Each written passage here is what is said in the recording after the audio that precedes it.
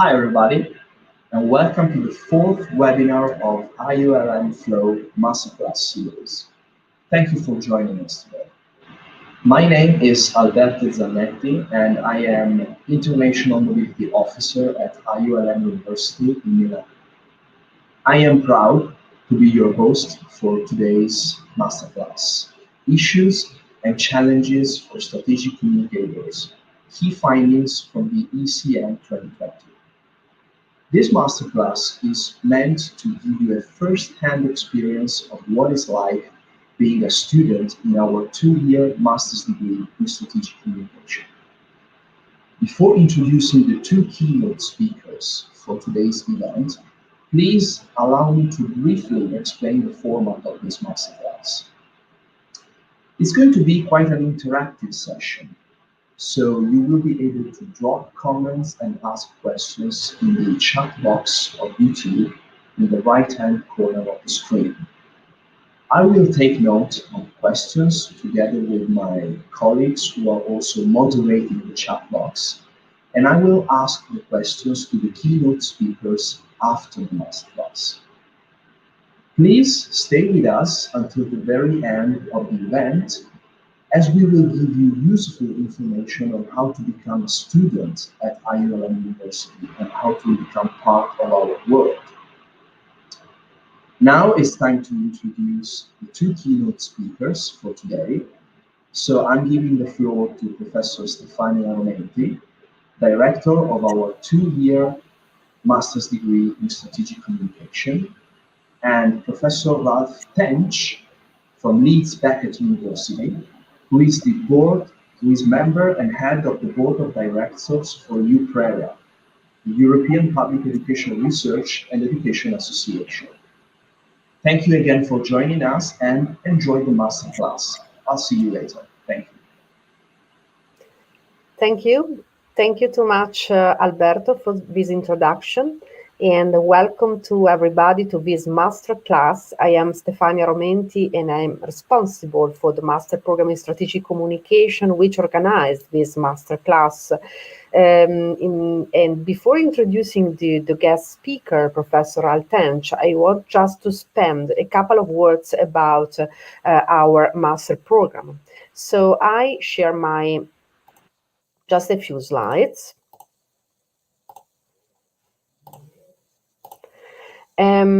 What is important for those who are not familiar with the definition of strategic communication is that strategic communication encompasses all communication that is substantial for the survival and sustained success of an entity.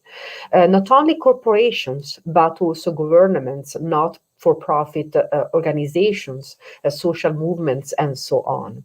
Strategic communication is the purposeful use of communication by an entity to engage in conversations of strategic significance to its goals.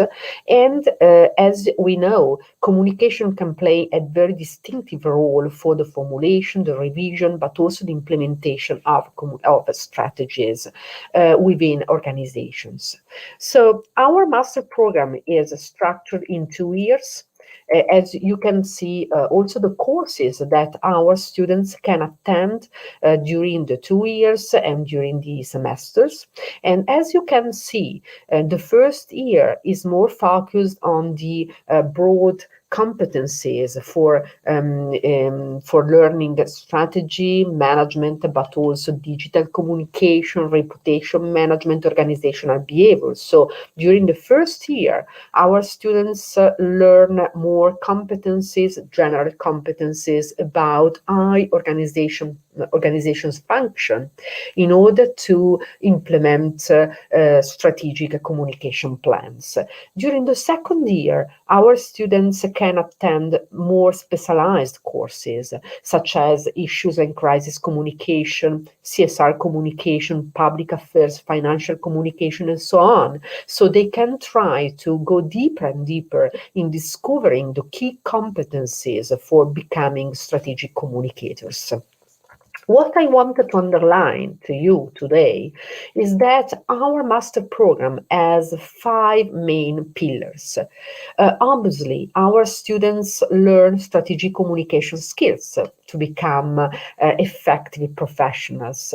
But our master program is a real international master program because we have developed 2 double degrees and also a lot of international partnerships in order to give to our students a lot of opportunities all over the world to attend courses and to discover also new cultures.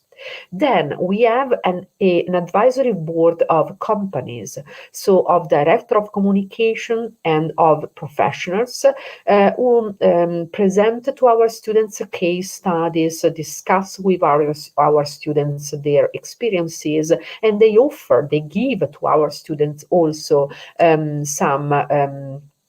some briefs, some projects in order to make them work on real case studies and in real situations. Then we have an international faculty with international professors and also professors, academic professors who teach together with professionals, together with managers, with international work experiences. And finally, which is very important for today's masterclass, we teach to our students actionable knowledge, but above all, research-driven knowledge. So for us, scientific research is very, very important. That is the reason why today we have organized this masterclass on the European Communication Monitor Research, ECM. That is the most extensive research in the field of strategic communication because every year it gives us the main trends in the field of strategic communication. And we use these trends in order to update every year our courses, our programs, but also to organize seminars like this one to give to our students always updated knowledge. So if you need more information about this master program in strategic communication, please send us an email. You have all the contact. And now I want to give and just to leave the floor to Professor Ralph Tench. Is one of the leader of this research project. So Ralph, you will present the research in about 45 minutes, and then we will be very pleased to answer to the questions of the participants to this masterclass. Thank you so much for this attention. Please, Ralph. Stefania, thank you. I'll just pull my screen up if I can. Is that visible? Can someone just confirm? Not yet. Not yet.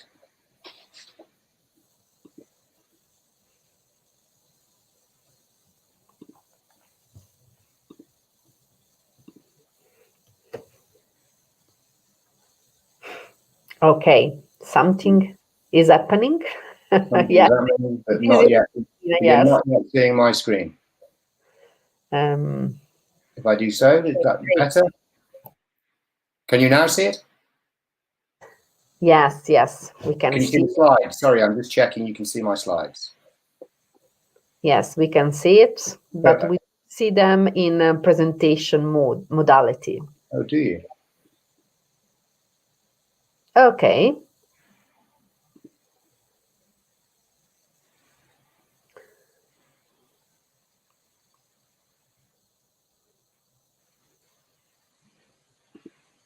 Now?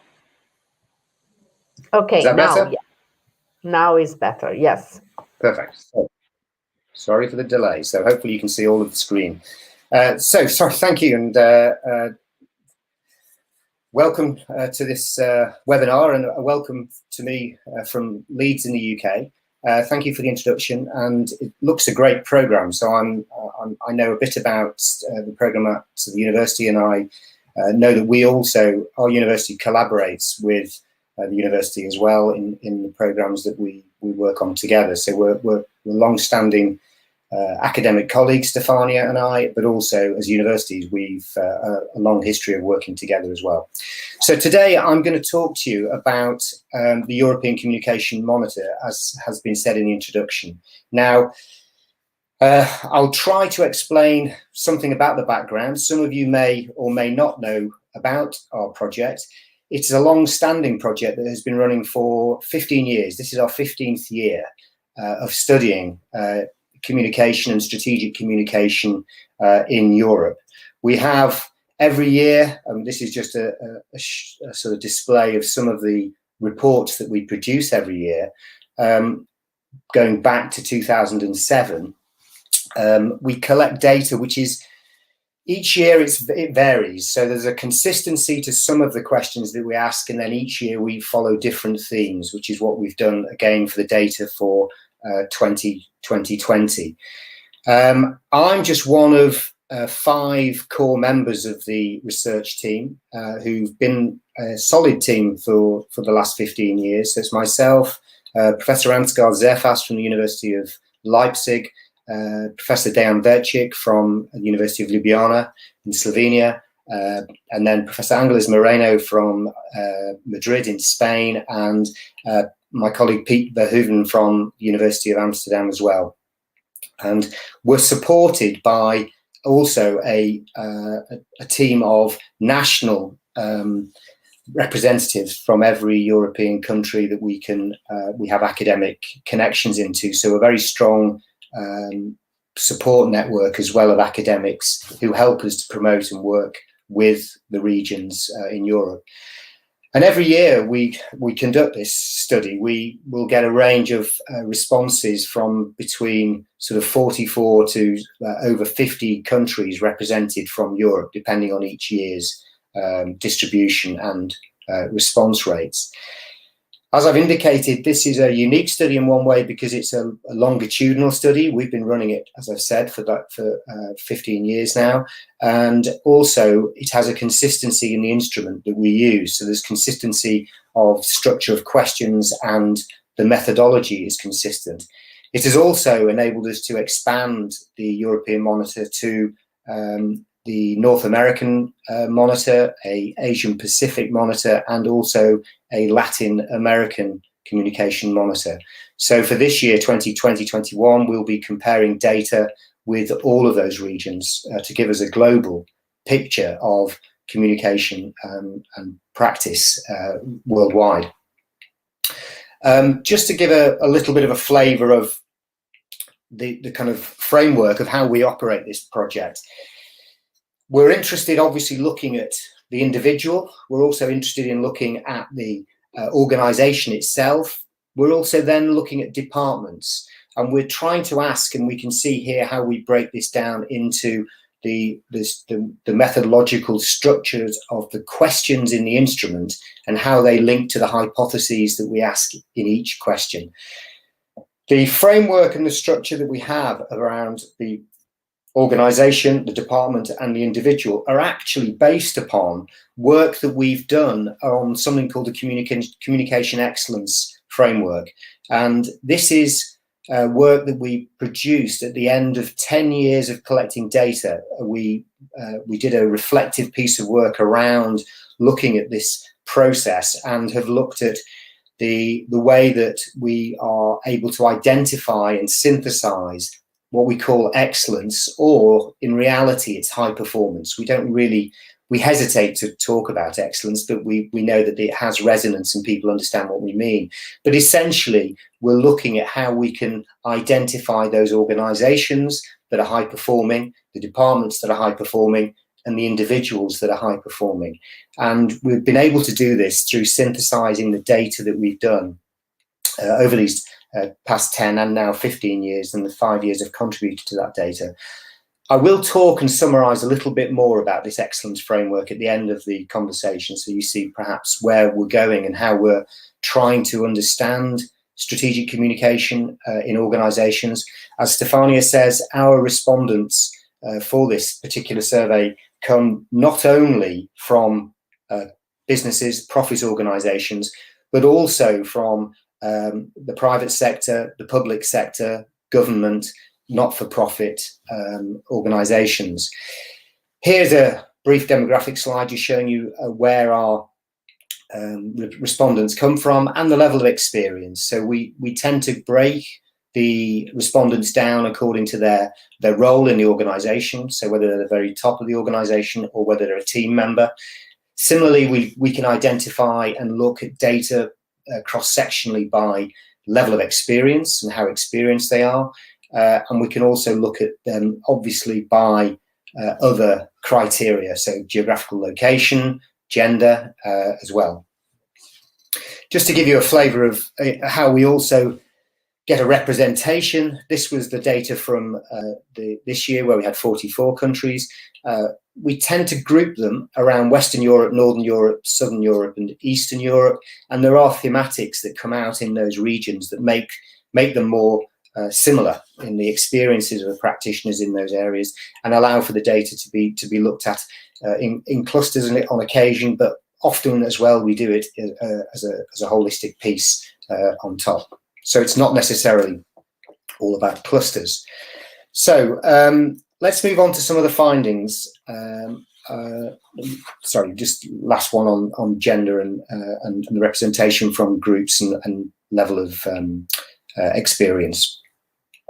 But the first part of this talk I'd like to go through is, this year in the Monitor we've looked at ethics and some of the ethical challenges that we face in practice, or our practitioners in the survey response are experiencing.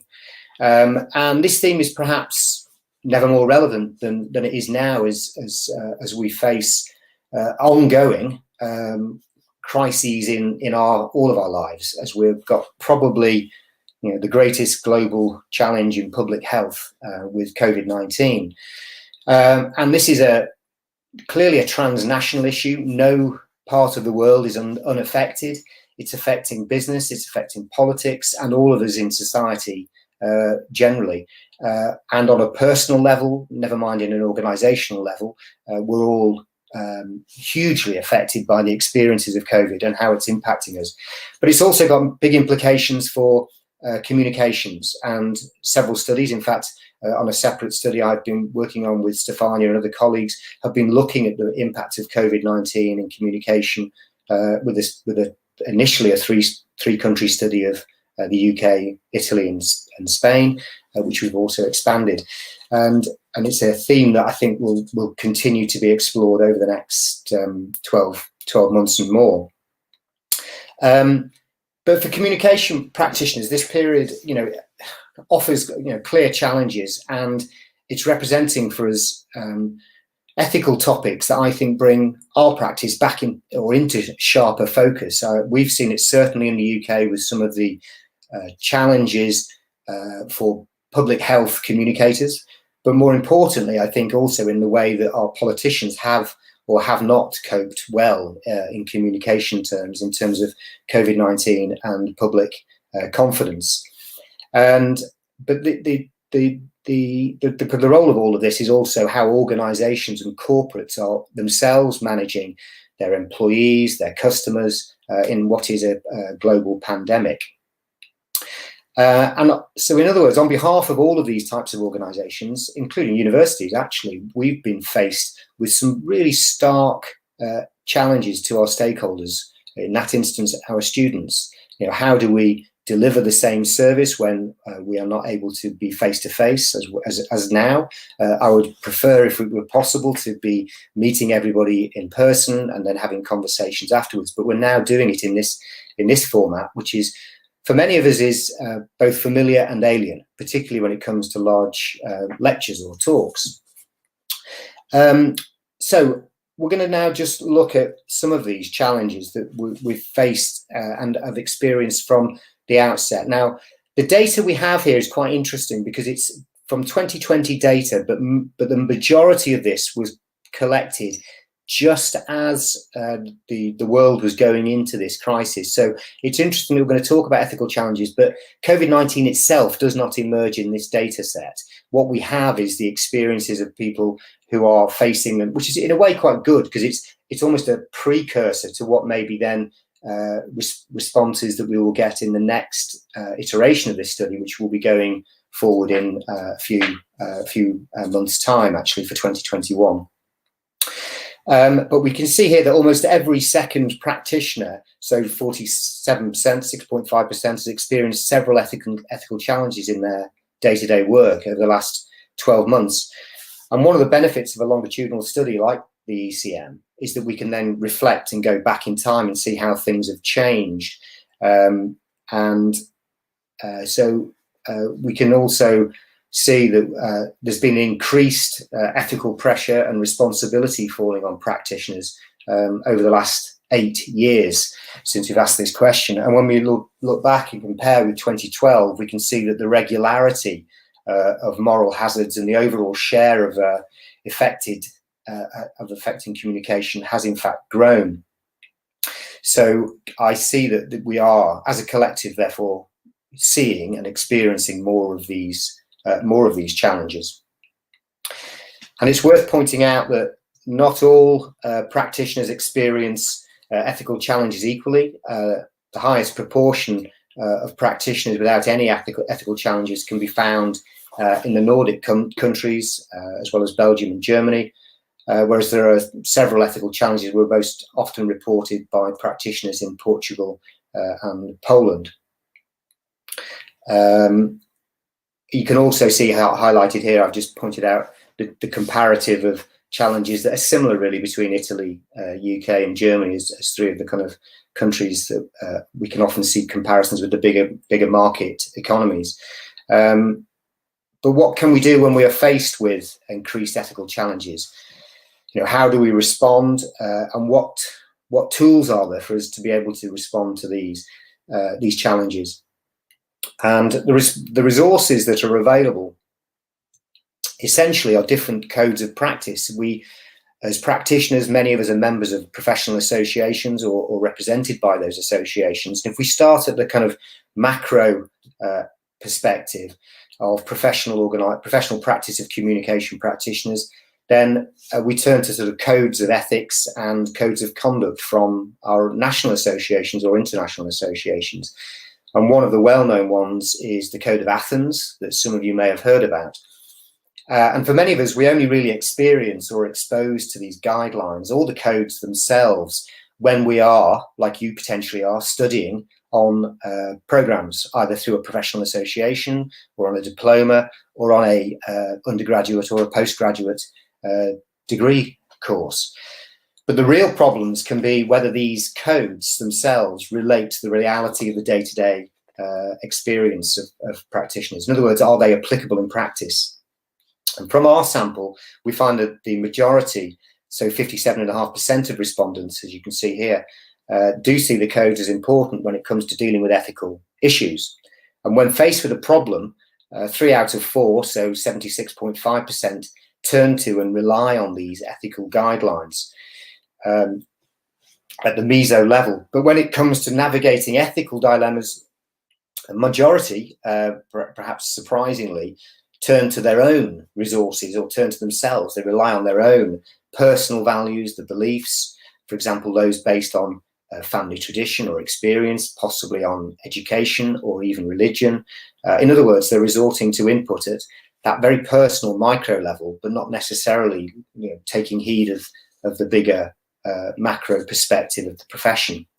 And this perhaps suggests that these guidelines in the communications field are either not widely understood or known, or focused enough to support us in practice. It's also interesting to note that there's big gaps between the countries that use professional codes as well, which is in the data set.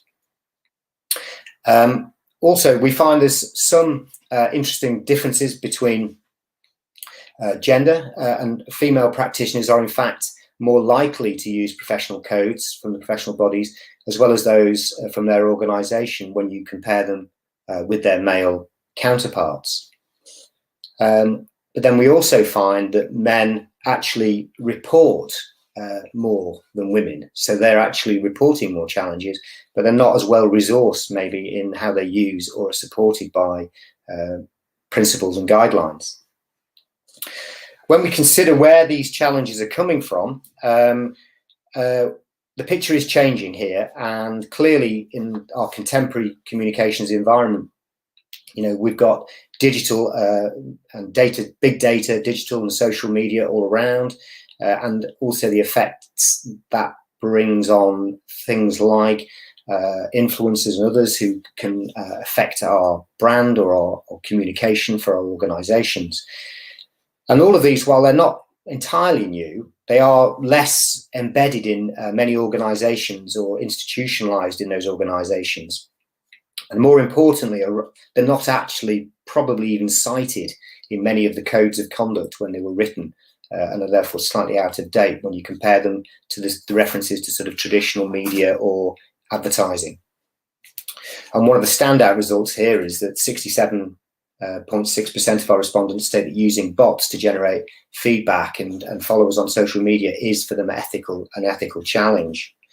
We can then see I'll flick through some other just interesting data that you can get all of my slides, by the way, but you can refer out to these later. But the different communication roles can be more or less demanding, as we see here. So the different experiences of the different role allocations that we've got in the responses. Similarly, they seem to be more ethical challenges for practitioners working in consultancies and agencies, so communications agencies, compared to other types of organisation. And then women working in the field have also got stronger ethical concerns on almost every one of these social media practices in professional communication. Obviously, a potential problem or a potential solution to the problem for moral dilemmas in the profession would be to engage in personal training and development. However, we can see here that only 40.4% of communication practitioners in Europe have never participated in ethics. They've never done it. So for those who did, it was mainly during their studies, which could be a while ago, and it's often more than 3 years, we found. And the findings indicate that therefore more focused and perhaps more contemporary or up-to-date ethics are required. And when we look very quickly at where the training takes place, training is most common if working in a listed company. So listed, they're the big corporations listed on the stock exchange. If you look at the key at the bottom, so the joint stock companies. And you can also see that more communication leaders have participated in ethics training with the professional associations than those practitioners at a lower hierarchical level. And thirdly, then we see that either the old or the young are the ones who've had most exposure to communication ethics or participate in training. Possibly two factors there. One is the younger people are those that have just recently gone through education and training, or are more likely to have had education and training in communications. And also those who are more senior are more likely to have worked with a professional association or gone in for senior management development in recent years. Again, investment at the top level, not necessarily throughout the organisation. So my next area of focus, it links slightly to this, is the question of, in part two, I'm going to talk about cybersecurity and communications.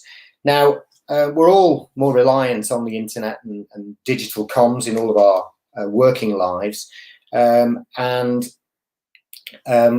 We can see that in the ECM data for this year, cybersecurity in communications is becoming important and a bit of a hot topic for us. And it's 6 out of 10 of the respondents confirm that it has a relevance to them in their daily work, as 68.2. And they've either given it specific attention to the discussions and the debates, and the majority of them see cybersecurity as relevant for their daily work, so well over half of them. But not all communicators are affected in the same way. For example, practitioners in joint stock companies, as we call them, and government organisations, so those that are owned on the stock exchange plus government, express the highest levels of awareness for cybersecurity. So maybe not surprising that the government and the big organisations that could be targeted by cybersecurity issues, while those in the private companies, smaller private companies, and also not-profits, are lagging behind. It doesn't mean they're not vulnerable, but they're not the ones that are most at risk. So cybersecurity, really, when we sort of talk about it, just to be clear about it, is a defined set of guidelines and training so that, you know, we can protect an organization's internal data systems, things like digital communications infrastructure, the computer hardware and digital infrastructure. And from our findings, it's clear there's, if we look at the next slide, that there's a divide between Western and across Europe, sorry, between Northern and Western Europe and Southern and Eastern Europe. In Northern and Western Europe, where you have the likes of Germany, the UK, Denmark, practitioners are highly sensitized to this issue at the moment, and they clearly express the topic of cybersecurity as an important subject that they debate a lot in their region. This contrasts with Southern Europe and Eastern Europe, where we find at the lowest end 20% in Croatia or 25% in Serbia and 30% in Greece are agreeing with the statement. We then have the disturbing news about those who are affected by security, and the ECM data tells us that more than half, 54% of communication practitioners in Europe have experienced some sort of cyber attack or an incident of data breach or theft from their organization. And when we drill down into the types of organizations, we find there are differences here again. So, for instance, there's evidence that this is prevalent in both joint stock companies and government organizations, and less so, again, in consultancies and agencies, as we highlighted earlier. This is also something that is not a one-off for some organizations. In other words, there is a kind of repeat offending process, and it can be something that happens regularly. When we consider how frequently this has happened, we find that more than a quarter, so 27.4%, have had multiple attacks. I suppose the good news on that, the flip of that, is that not every practitioner is exposed to these threats, and nearly half, 46%, are in fact clear or claim that they've not been exposed to a cyber attack.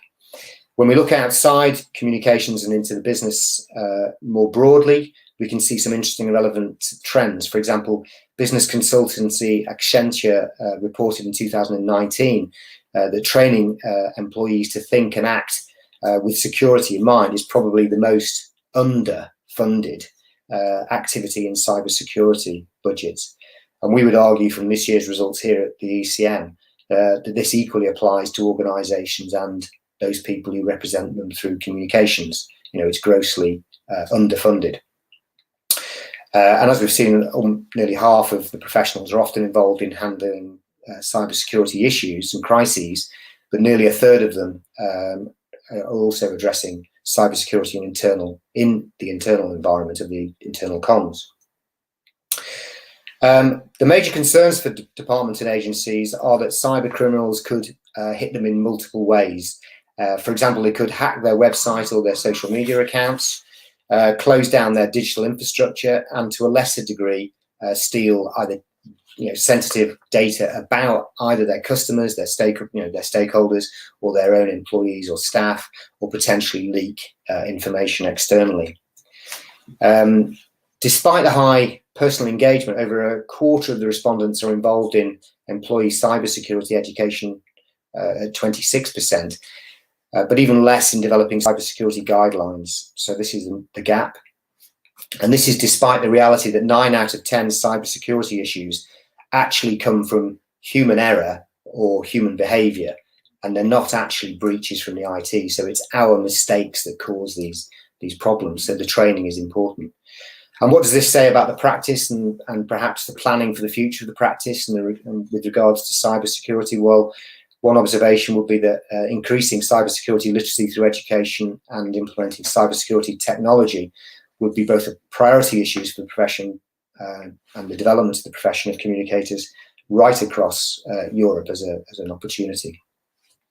Just a few more data sets. You can see here that, as I said earlier, they're targeting stock companies and governmental organisations more.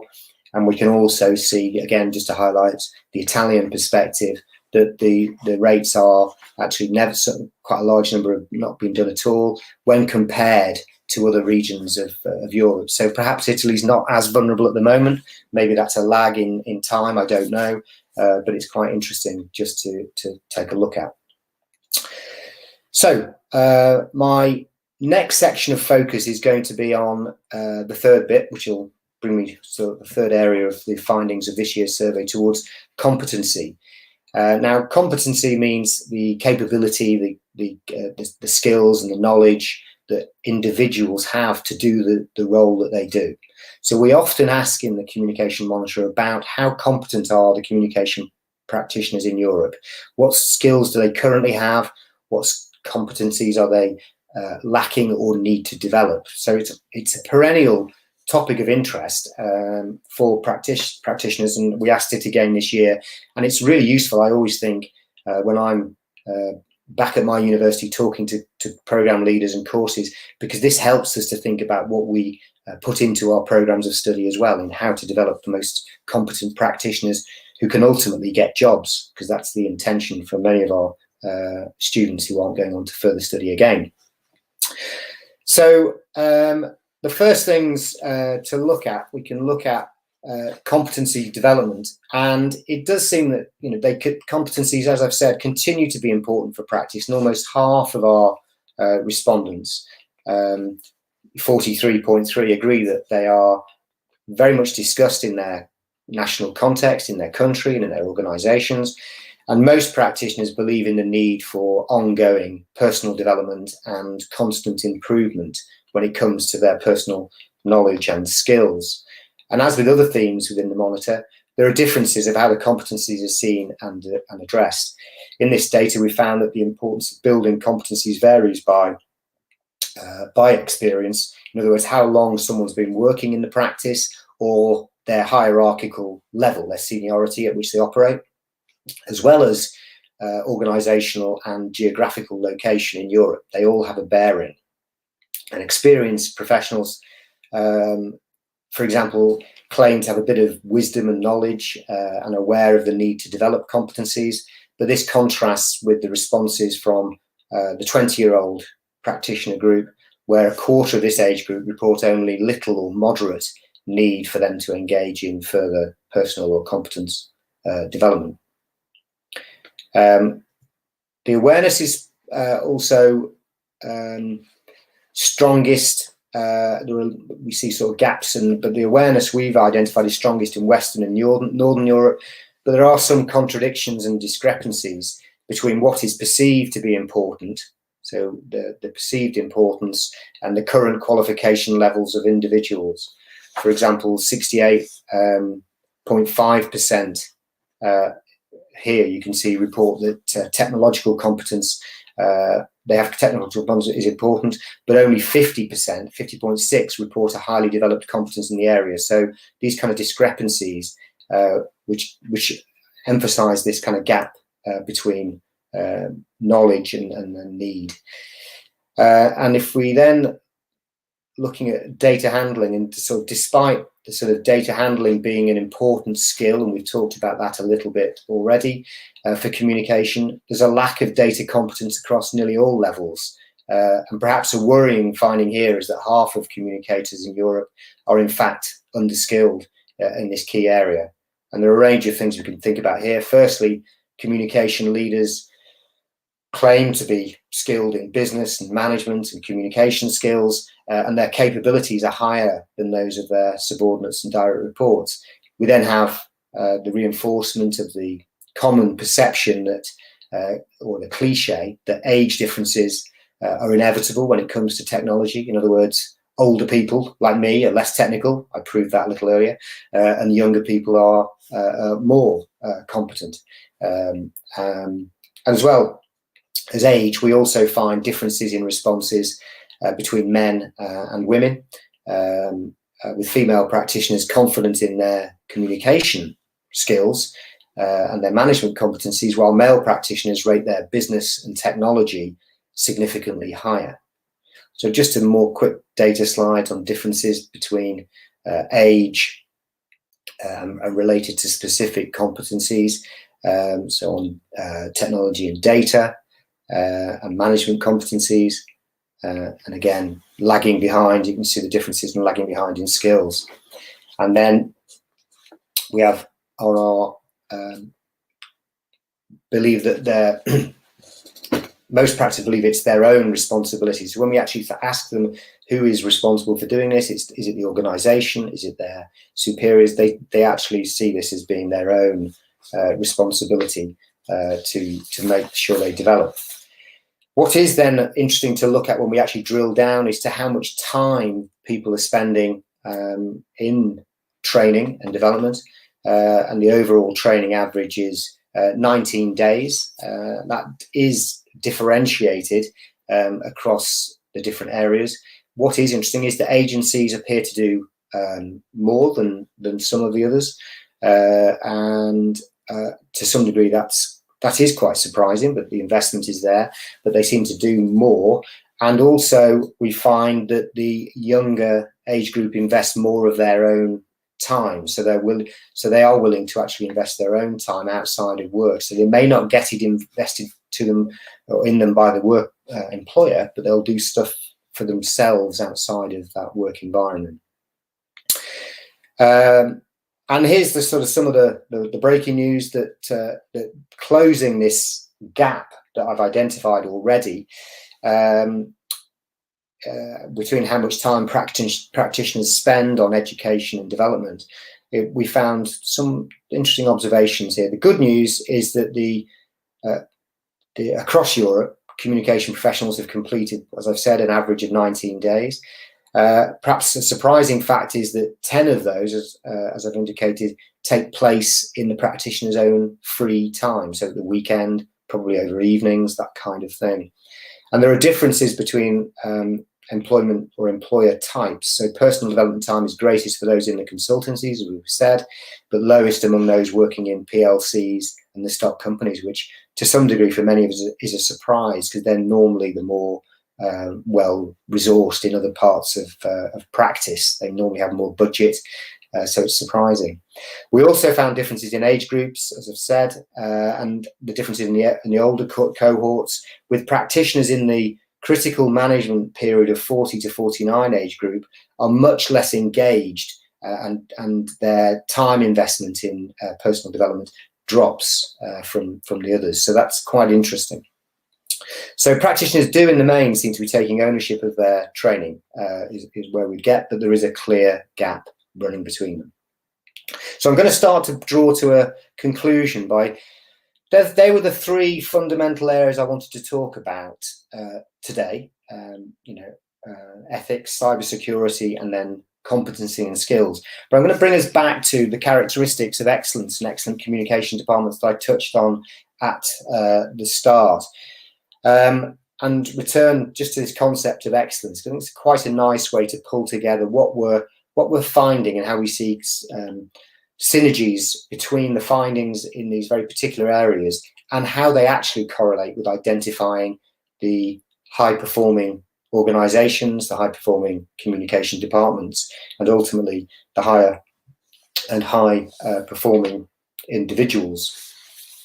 So we've discussed this concept, as I've mentioned, excellence, and what we call the comparative excellence framework, and the communication excellence framework, which we have developed as a team over the past few years. And it's based on these concepts of the advisory influence, on the key attributes of advisory influence, executive influence, success, and competence. And using the framework, departments in the sample that we use are divided into two tiers, so we can have a look at those that are outstanding communication units, which are labelled excellent, and the others to identify a difference between the two. And excellence is calculated as a consequence of the internal standing of that department, i.e. what influence it has. And we talk about influence because influence is important, in other words, on the external results of the communications department and how it performs. And the advisory influence is, are they advising and giving influence to the senior people in the organisation, for example. So when we move forward, we can see that 1 in 5 or 21.2% of communication departments in our ECM 2020 study actually outperformed on all 4 of the dimensions that I've identified. So whilst this number is slightly lower than some of the previous years monitor, actually, with the number of high-performing departments is lower, the proportion of excellent communication departments has remained quite stable since we measured this first in 2014, or went back to the data for 2014. We can also see that joint stock companies are the most likely to have an excellent department at 23.6%, whilst government organisations are the least. And the factors that make communication departments different from others are numerous. Practitioner working in excellent departments, they utilise, back to the discussion about ethics and they use ethical guidelines by professional associations more often when dealing with moral hazards or ethical challenges that they are facing. And then just a few more slides, we can see that excellent communication departments are more aware of cybersecurity issues and take care of them in their daily work, and their organisations are less often attacked by cyber criminals, or with almost every second, 46.4% having never been attacked. Here you can see that compared to the 38% of the rest, and excellent communication departments are also contributing to stronger cyber security in their organisations, such as through the education of their employees and managing crisis comms.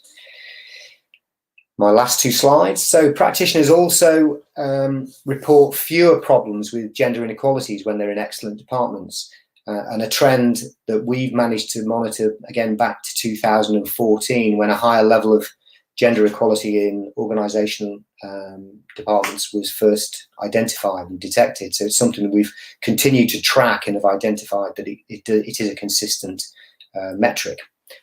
And then finally, female professionals working in excellent communication departments are less affected by a glass ceiling, hindering their career plans compared to those in other departments. So the higher performing departments essentially, and the excellent departments, are essentially far better places for female employees to work in terms of their career progression and their career opportunities, and less problems with inequalities at all levels. So that's the macro and the profession, the meso, the department, and the agency, and the department, and then at the individual level. And last but not least, the excellent departments also have high levels of overall competence, and you can see here the actual gap there between the competence levels of practitioners in the high performing and other departments.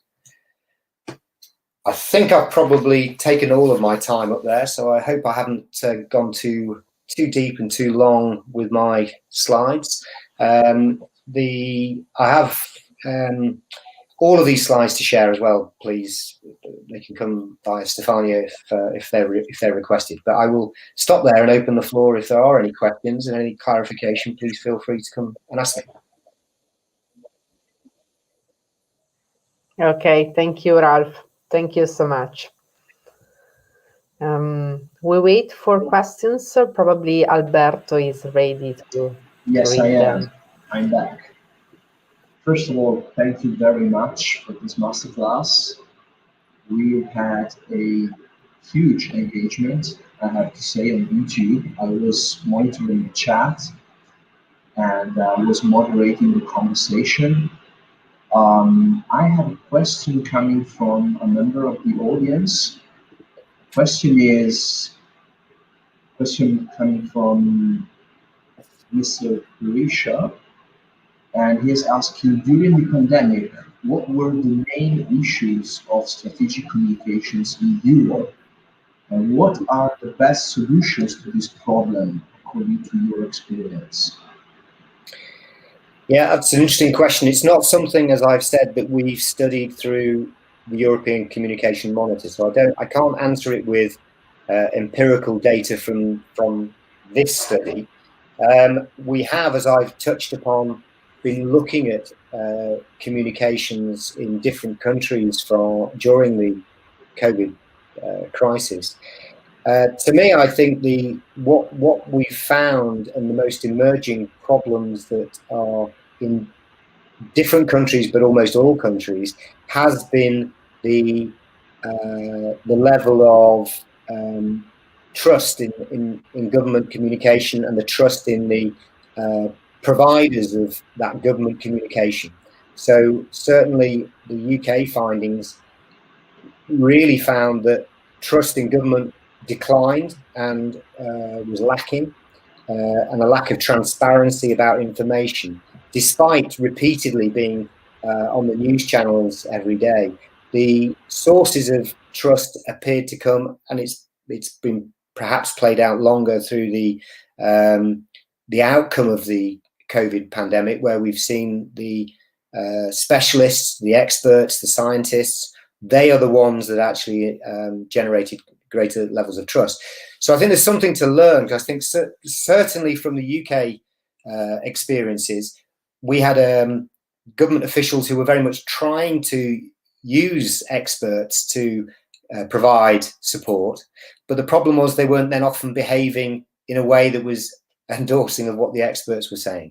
So I think it's the dissonance and the contradiction between that I think causes a lack of confidence in it. So for me, I think it's very much around using as we do in this instance is a good example, to try to use evidential-based facts, in quotes. What have we got in terms of science, whether it's the science of communication, understanding audiences, understanding messages, or is it actually, are we articulating another discipline's evidence base? So in this instance, around either the treatment or the understanding of the transfer of an illness. So yeah, the big issue for me is believability of the message and the messenger, and how that is transferred. We did have other debates, I could go into it a bit more, but also around sources of trust in terms of media platforms. So where was information being sourced from,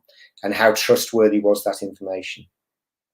But again, I repeat, that's not something we've studied in the ECM itself. That's just a comment coming from other work we've done in the last 6 months.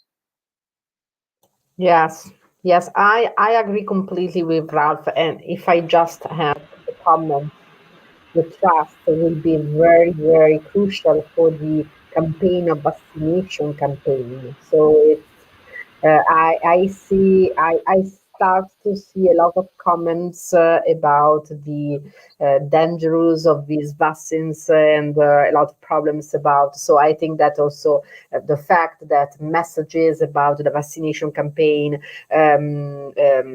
come from trustful sources will be very, very important and crucial in the next months. I totally agree with you, and if I may add a comment from my side, which came across my mind just listening to Professor Tench's answer. Maybe in some countries in Europe, maybe Italy is top of that list, to be honest, we've also experienced a sort of over communication, if I can use this word in a proper manner, especially from communication practitioners working inside the governmental institutions. And I had myself a feeling at times during the first pandemic wave that there was too much information at our disposal, and the agency were continuing bombarding us with different kind of messages, also during the same day. And sometimes I felt like a bit stranded. So I don't know if you have the same sensation, and maybe you were in touch with other communication leaders who experienced this kind of sensation. Yeah, I think it's interesting. I think one of the challenges has been during this pandemic is that we're all guilty, and particularly because of the technology changes in news sources. How many of us haven't? I was just going to reach for my phone, can't find it. But how many of us on a daily basis are sat, looking for updates on the news? The problem is when you're in a running crisis. Most crises that any of us have managed in my professional career or in the crises that happen, they're probably, at best they live for 2 weeks or a month, and it's intense. It's a fire that you have to feed as a communicator. If it's a catastrophe, or if it's a business crisis, it ordinarily has a kind of crescendo moment, and you're very intensely feeding the beast, which is the news organizations.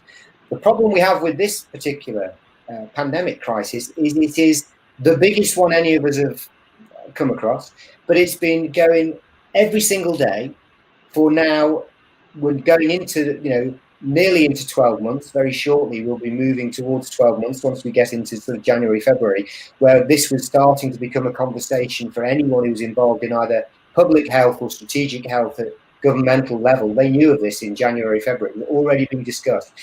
And the news organizations were just starting to get it. Our first cases were a little bit later than that. But literally since March, I don't think many of us have not woken up in the morning and then just been glued. What's the latest, how many figures, or give me some good news, when's the vaccine, so we're feeding the monster, but often we have no news. And what that means is we start to get spurious news, and you certainly get politicians that are just talking like this about anything that will come to mind to make it be reassuring or to fill that space, because it really is a crisis that is an issue. So it just is.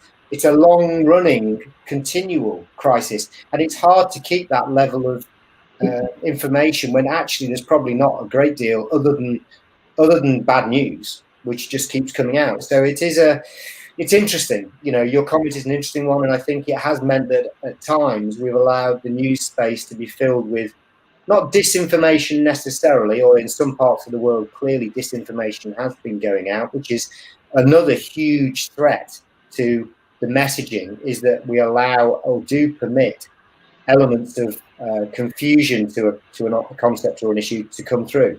And, we're going to see that very shortly with the campaigners who are against the vaccination. We're going to get similar sorts of disinformation that we'll have to resist in order to get the message across of the safety of being vaccinated against it, because there will be those people who resist and come up with possibly with some verifiable evidence, but ordinarily, from what most scientists will tell you, is unverifiable sources of information about risk. But yeah. We have another question coming from the audience, and it deals with the post-pandemic, so probably what's going to happen in 2021. The question is, since the government or the governments failed to make the people's trust in them, what should it do in gaining back people's trust during the pandemic, post-pandemic era with strategic communication? So basically, given that many governments have failed in this target, what they should do in order to gain back the trust of their intended audience, that is the people? I think for some, there's a difference between, I think probably we're talking about two different things. One is trust in governments, and then trust in their messaging around this particular issue. Because I think, depending on the trust in government, is also influenced by political perspective and political opinion. And I think some governments have lost their publics because of their behaviour. To some degree, I won't pick on North America, but North America is a good example where there are people who they've they've continued to trust their politician or their current politician when 50% or more than 50% have definitely decided they can't trust that politician. So it's complex, but you can see even in, if I take it away from the European context and put it into American one, I think one is all about deeds and actions. I think what you would need to do in order to be trusted more is to do what probably you're going to see as a shift in behavior in America, is rather than just words, because words are vacuous unless you see, for those of us who are citizens, we only really believe, if someone tells us they're going to invest in the businesses in our city or in our region and we're going to lower unemployment, we'll only believe it when we start to see investment take place and jobs go down.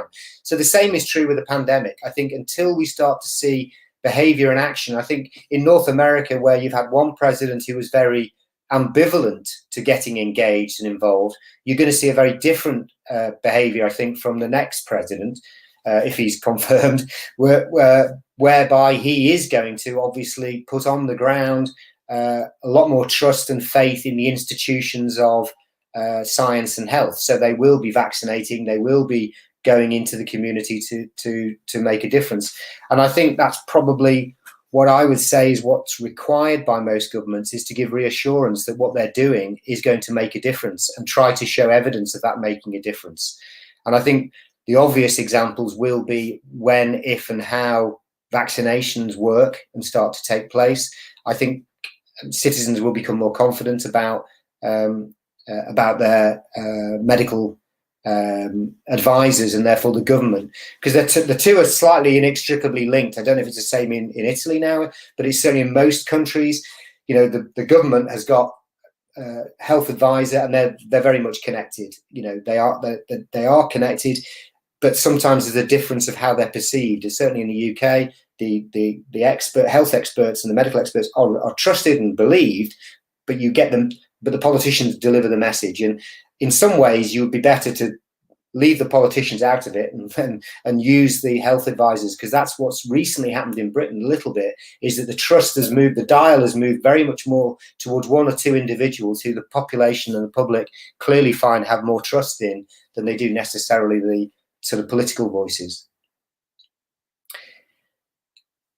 It's an interesting challenge, though, I have to say. I mean, government communications and government health communications at the moment is a big challenge. I would not deny that. Yes, it absolutely is. I don't know if perhaps we have time for one final question from the audience, if you agree. I think there's a couple of interesting and pretty technical questions from a member of the audience. Okay, so Dr. Ismail Olawale is asking, dear Ralph, what strategic data collection instrument would you have used, if not the internet, to gather such important data? Earlier in the presentation, you expressed your fear of the loss of face-to-face interaction. And then, second part of the question, what sustainable evaluation framework or technique do you think could be used to make sure that data from strategic communication researchers are not politically reported? Very technical, I have to say. Well, I don't know if I'll answer the questions in the way that they've been asked, but I'll just try and think. The first thing I'd say is that whilst here we're dealing with, there's two things there, and as a researcher, I obviously talking today about a big data set, a macro data set that covers many countries and a lot of individuals and is sustainable over a long period of time. And it produces some really interesting, as we've seen, charts and data. But I'm also a researcher who genuinely knows and recognizes that in communications, it is much more, it's deeper than that. So as researchers, we've got to not lose sight of the fact that the macro data, the macro picture can paint you a picture. It can show something, but it's not everything. And so whether I'm answering that question entirely, what methods can you use? Yes, we can use online surveys. Yes, we can use our survey is actually an emailed survey. So it's a very long instrument.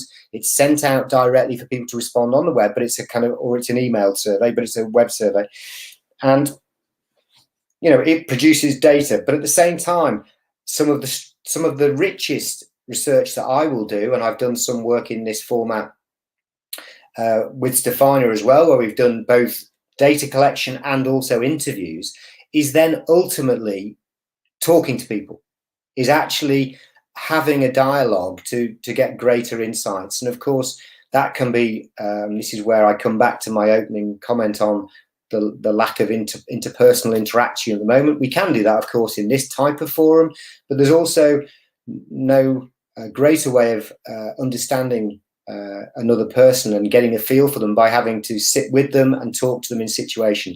So often when we collect data about professional practice, we also try to go into organizations and work with organizations and either observe or interview or conduct group interviews, focus groups, and they can be a really excellent way of complementing and supplementing what is the big picture findings that you get from data that is scraped in the way that we do it through big surveys, because they tell you something, but they don't tell you everything. There's a lot of nuance lost. So even now, when we talk about, I don't know, the development or the training and development of individuals, we get big picture stuff there, and then I get a sense that maybe certain age groups or certain types of organizations are spending more time or investment in training and development.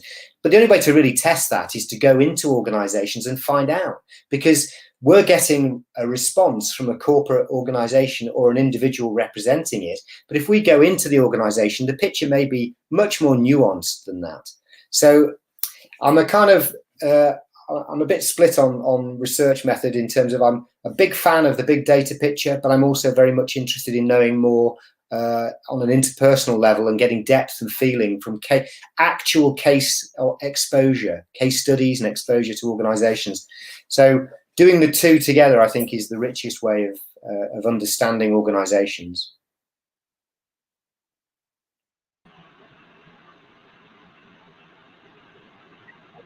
That's great, thank you. And maybe we can have a quick answer to the second part of the question, which was, what sustainable evaluation framework or technique do you think could be used to make sure that data from strategic communication researchers are not politically reported? That was the second part of the question. I don't know quite what the sense is of the political reporting. I think the only thing to say about any data now that we collect is we're all operating under obviously data security and data sensitivity when we collect data. All of the data we collect is anonymous. All of the data that we produce, if it is any data that has got or people are named, or if they're used in terms of interviews, we would always get consent. So I think it's the role of the researcher, and there's a lot to talk about in terms of the ethics of research. And I think probably a good parallel at the moment, which is now many of us who are in society are very much more aware of the ethics of scientific research more than we perhaps were. So, but the same principles apply to social science as they do to the ethics of testing a vaccine and the protocols and the controls and the use of that data. The same is true of ours. You know, we want to make sure that how we manage our data is both ethical and fair. So the first thing is we should have ownership of data. We should never sell it or release it or allow anyone else to use it. The answer to the political point, I don't quite know how that would be affected, but I guess my only interpretation on that is that, you know, I wouldn't allow a data set, this data set, for example. I think if I'm interpreting the question correctly, somebody may wish to use it and manipulate it to a particular way of their viewing the world, or to an advantage of a certain institution in a particular country in Europe, for example. But we wouldn't release the data to allow them to do that. Our data is available, but only to other researchers who would have to abide by and follow research ethics protocols. So I think, you know, it's up to us who are the collectors of data. We have a very responsible role, and the same is true for any of us who are students who conduct research. We will be guided, and you would be guided as students by your research tutors and professors on what you're allowed to do. But the most important principle of any data is initially is that it is both anonymous and it is also not to be shared. So it's only the findings, but the findings should be used in a scientific way. So all of the charts and the data I've produced today, for example, has been treated to the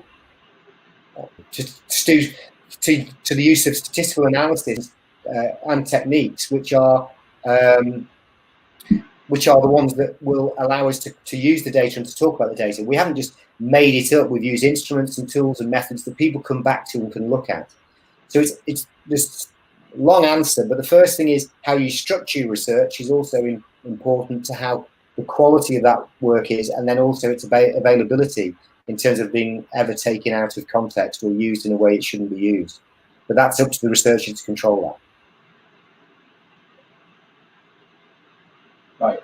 I think you got the point very precisely, because I think as well it was due mainly to data manipulation from an external subject. Thank you very much for these answers, and I thank you as well, the members of the audience, for their questions. I'll now give you the floor for maybe a couple of final remarks. Professor Romenti. Yes, I want to thank all the people who were registered to this seminar and who attended this masterclass. I hope that this masterclass was just an opportunity to know more things about strategic communication and to know also why communication is so strategic in the society today for every kind of organizations. So thank you so much for your attention, and I hope to see you at our university soon. Professor Tench. Yeah, no, I just thank you for the chance to talk to all of you. It's been a pleasure. I'm always happy to talk about our research data for the European Monitor, and I can say nothing else than to wish everybody well with your future plans, whatever they are, and also to wish everybody, hopefully, a far more enjoyable 2021 than for many of us has been a restricted 2020.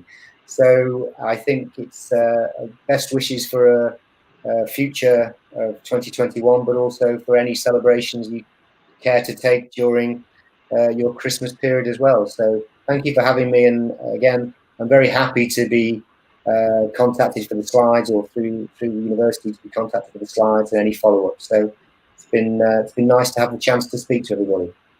Keep well and keep safe. Thank you. Thank you very much indeed, Professor Tench. And now I have this incredibly hard task of giving you a few information after Professor Tench's lecture about our university and how you can be part of IULM University world. So I'm gonna share the screen now.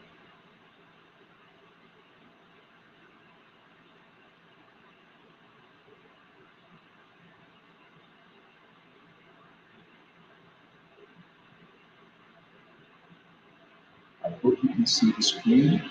Should be okay.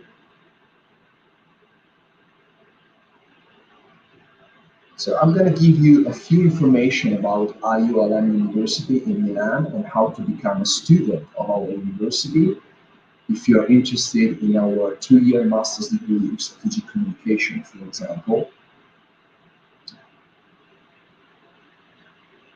Just for you to know a few numbers about our university, we are considered a mid-sized university based in southwest Milan. We are a private university. We have nearly 7,000 students with a very good students to teaching staff ratio. And when we take into consideration courses held in English language, like the 2-year master's degree in strategic communication, the quota of international students is about 20%.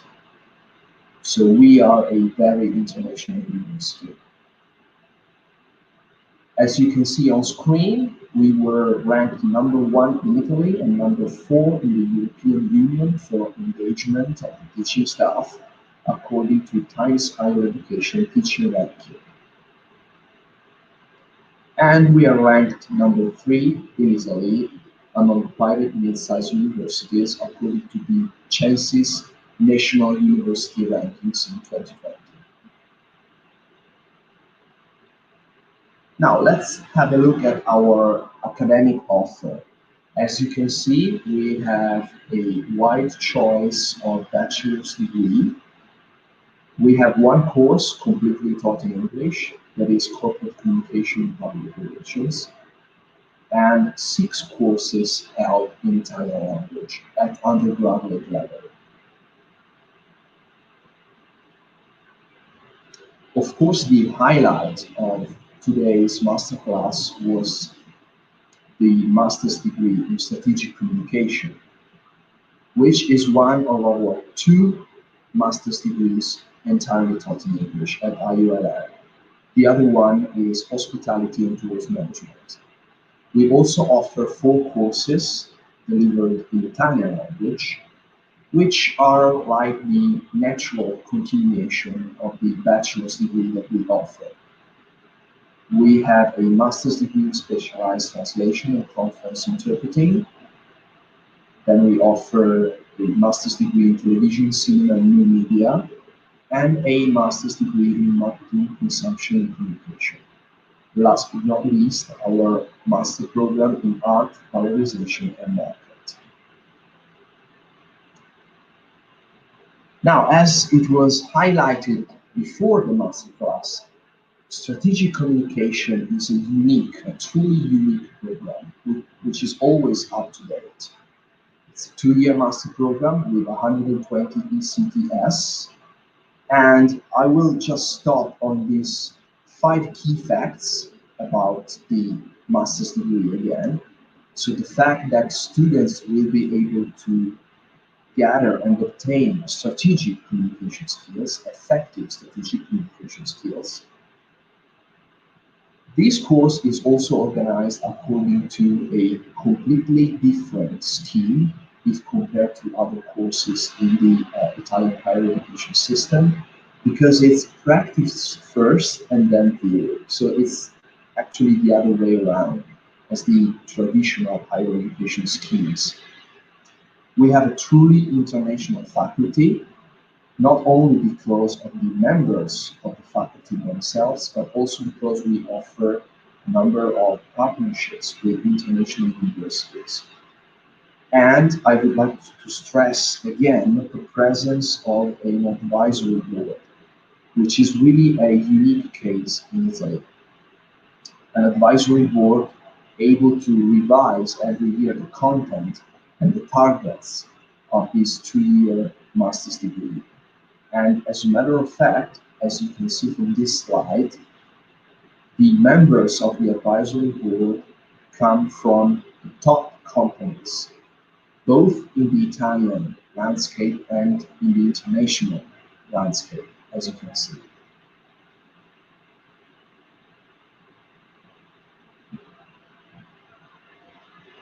We also offer a wide range of professional masters, also known as 1-year master programs. 6 of them are entirely taught in English.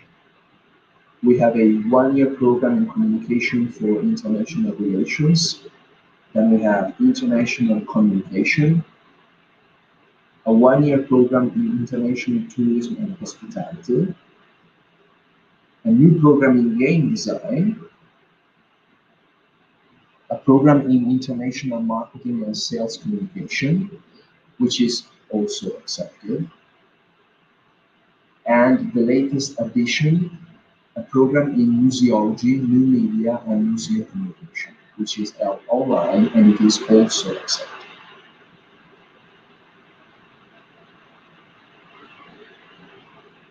These are the admission requirements for our 2-year master's degrees, like strategic communication.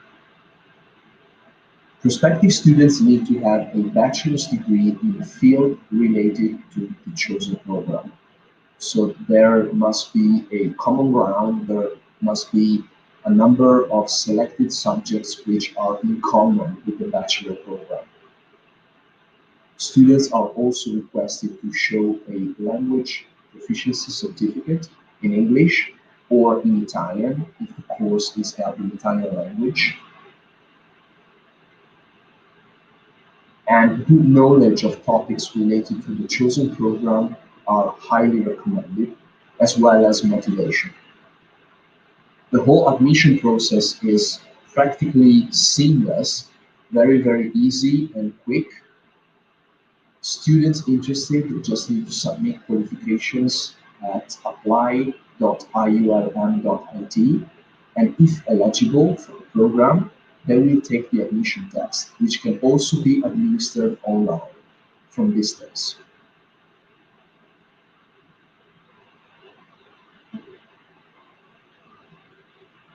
Now, the juicy part, I'm sure that many of the members of the audience are interested in our tuition fees and financial opportunities. These are the tuition fees for IULM University. At undergraduate level, the tuition fee is 8,400 euros per year, divided into 3 installments, while at graduate level, or 2-year master's degree, the tuition fee is 9,800 euros per year, divided into 3 installments again. As I've mentioned before, we offer a number of financial aid opportunities for talented students. For example, a 50% tuition fee reduction on the first year of tuition fee based on merit, completely based on merit. For example, if you have a high school final score or a bachelor's final score of 70% or above, you may be eligible. We can also offer on-campus accommodation at a special rate of 280 euros per month. However, this offer is subject to availability of places, and beds are usually assigned according to merit criteria. Our American-style campus in Milan is waiting for you. As you can see from the pictures, we are a very unconventional university, not like the average university experience that you may think of when you think about Italy. We are just 10 minutes away from Duomo and the city center by subway. We have 3 on-campus cafeterias and 1 public park inside the campus. And every room, every place is really within walking distance. So thank you for your kind attention for today's masterclass. If you have any kind of questions, you can drop an email to admission@iulm.it. Please visit our website as well, www.iulm.com. And for direct inquiries, you can also use our WhatsApp direct number that you can see on screen.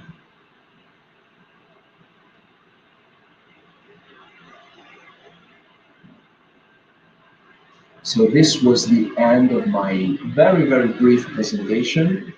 I hope I gave you an idea, just a hint of how it's like becoming a student at IULM University.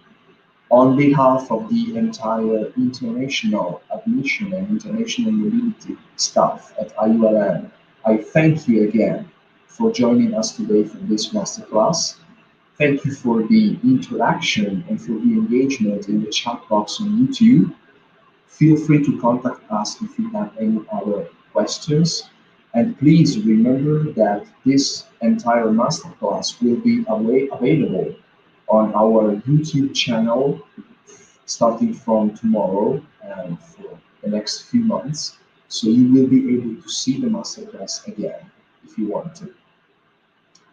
Thank you very much again, and please stay tuned with IULM University events more to come, and also remember to visit our Facebook IULM International page to stay up to date and to catch up with our staff and our alumni all around the world. Thank you very much.